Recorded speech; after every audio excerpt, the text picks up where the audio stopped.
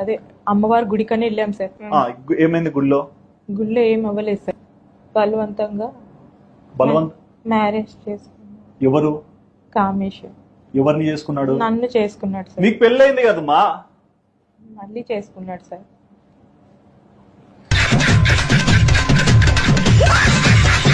I'm married sir.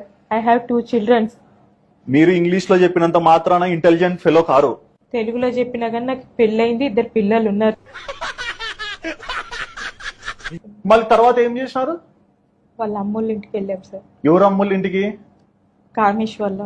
Kamesh అమ్మోళ్ళ ఇంటికి ఎందుకు పోయినారు? మా ఇంటికి వెళ్ళలేదు సార్. తాడాడ పడేసి వెళ్ళిపోవచ్చు కదా మీ ఇంటికి. నీకు పిల్లలు లేరా? ఉన్నారు సార్. మరి వాళ్ళ కోసం బతకవా? తల్లివి కదా నువ్వు. అవును సార్. మరి ఏంది నువ్వు చేసింది? వాళ్ళ ఇంటికి పోయినాక ఏమైంది? ఇంటికి వెళ్ళాక ఇదేంటి మా ఆయన పేరు ఎత్తాను సార్. నేను మా ఇంటికి వెళ్ళిపోతాను, మీకు ఇది కరెక్ట్ కాదు, మిమ్మల్ని నమ్మి టెంపుల్ కని వచ్చి. ఇంటికి పోయినంత వరకు బాగా కూర్చేంటారు, ఇంటికి పోయినాక ఆయన గుర్తొచ్చినారా?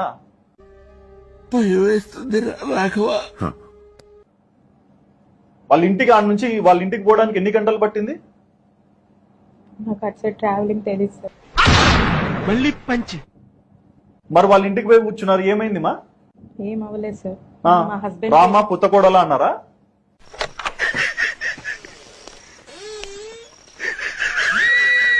కాదు సార్, ఇంక ఎక్కడికి తీసుకెళ్దామని చెప్పేసి నేను అబ్బాయిని అడిగాను సార్.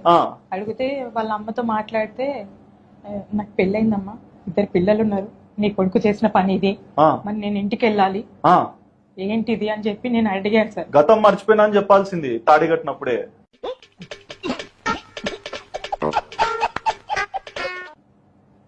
మీరు ఇష్టంగానే పెళ్లి చేసుకున్నారు, ఇదే కరెక్ట్. నిజం చెప్పండి. మీ పిల్లల మీద ఒట్టేసి చెప్పండి మా.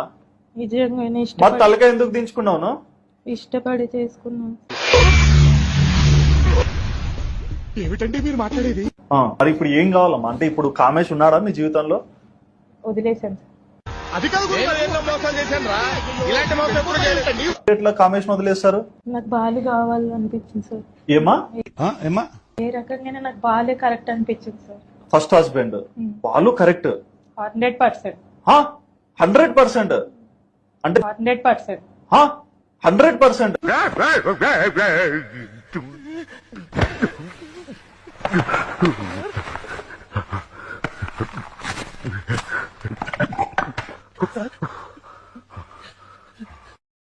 అంటే దీనిలో నీతి ఏంటమ్మా?